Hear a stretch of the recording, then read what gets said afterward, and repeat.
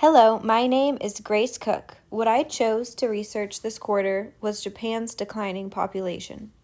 Japan is known for its fast-paced, futuristic cities, amazing food, pop culture, stunning landscapes, and a rich cultural history. Geopolitically, Japan is a powerful global player and one of the United States' most important allies.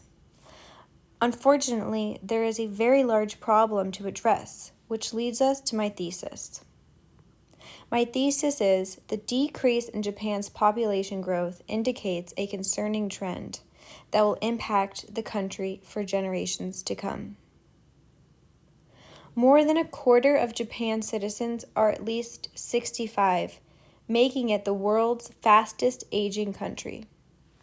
In 2021, they made history with a record low number of newborns at just under 850,000. This is down 30,000 or 3.4% from the previous year. This just proves the shrinking population. Just to put things into perspective, right now in Japan, there is a higher demand for adult diapers than children's diapers. As you can see from this graph here, the predictions are not looking good, as the line is plummeting down. The population of the capital city, Tokyo, has dropped by about 50,000 people to just under 14 million at the start of 2022. This is the first decline seen since 1996. One fact that stood out to me was that in Japan in the 80s, which was not too long ago, they had the second strongest economy in the world, and there were fears that it would displace the United States.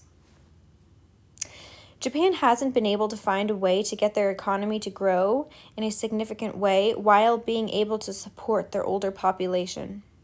I want to mention here that Japan also has some of the highest longevity numbers, with the life expectancy being in the mid-80s.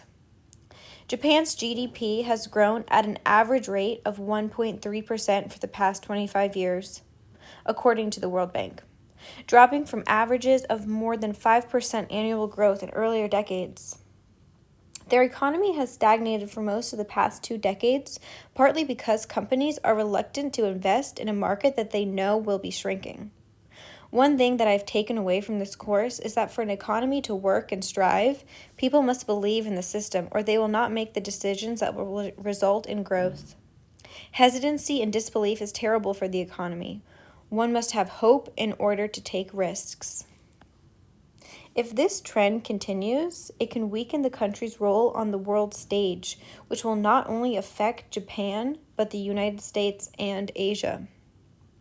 This phenomenon creates social and economic stresses because pensions and welfare demand raises.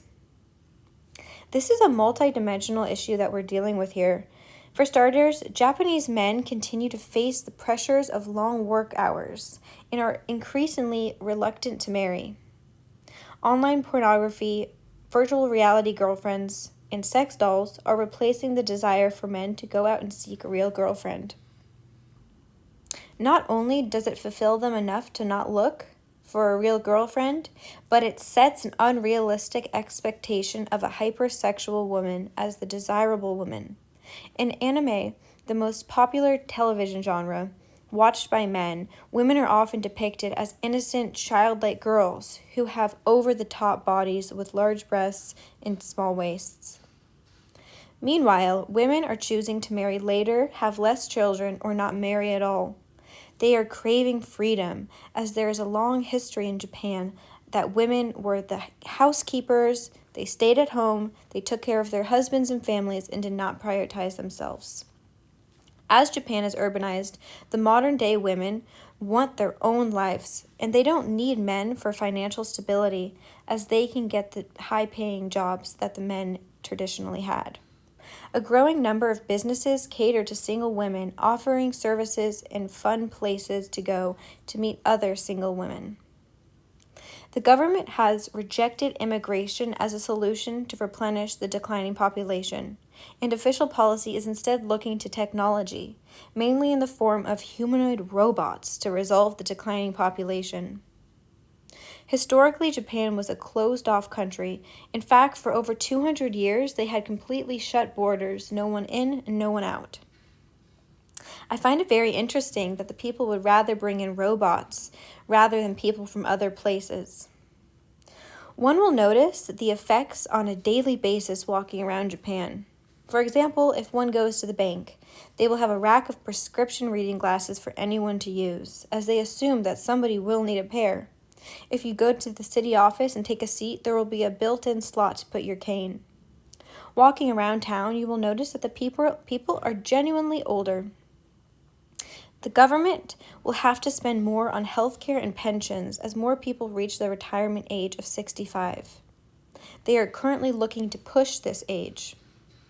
The working population is shrinking, and there is less revenue and less taxes coming in, meaning that they cannot afford to continue paying for elderly care.